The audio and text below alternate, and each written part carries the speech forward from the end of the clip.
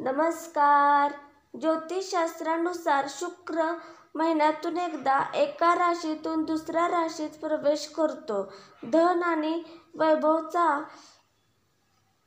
स्वामी शुक्र सध्या कुंभ राशीत भ्रमण करत असून 28 जानेवारीला तो मीन राशीत प्रवेश करणार आहे.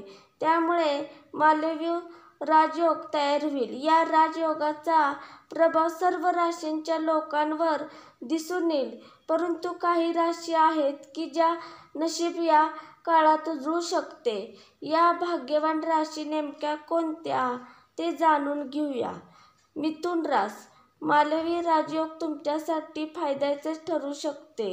या काळात नोकरी व्यवसायात तुमची प्रगती होऊ शकते. तसेच या काळात तुम्हाला तुमच्या कामाच्या ठिकाणी सन्मान आणि भरपूर पैसा मिळेल.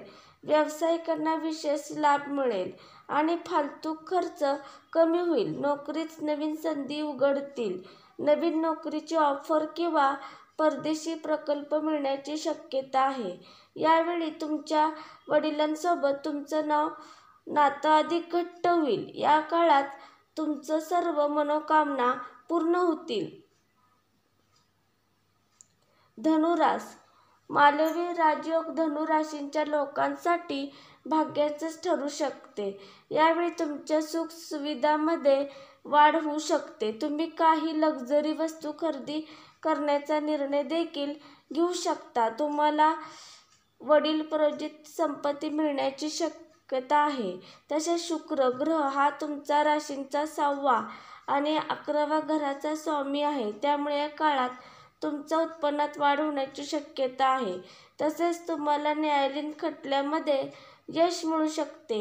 या कालावधीत तुम्हाला तुमच्या आईकडून आर्थिक लाभ मिळू शकते आणि त्यांचा पाठिंबाही मिळू शकते.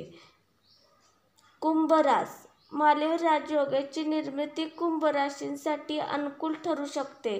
कारण शुक्र ग्रह तुमच्या राशीतून धन आणि वाणी या प्रवेश करणार आहे. त्यामुळे यावेळी तुम्हाला वेळोवेळी अनपेक्षित आर्थिक लाभ मिळण्याची शक्यता आहे. चैनीच्या वस्तू आणि संपत्ती वाढ होईल.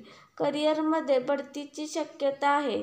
तुम्हाला उच्च अधिकाऱ्यांचं सहकार्य मिळेल आणि नवीन जबाबदाऱ्या तुमच्या करिअरला नवीन उंचीवर नेतील. विद्यार्थी अभ्यासात चांगली कामगिरी करतील. यावेळी तुमची आर्थिक स्थिती सुधारेल. तसेच तुमचं भाषण प्रभावित असेल ज्यामुळे लोक प्रभावित होतील. माझा व्हिडिओ आवडला असला तर लाईक व शेअर व कमेंट व सबस्क्राईब करा. धन्यवाद. श्री स्वामी समर्थ.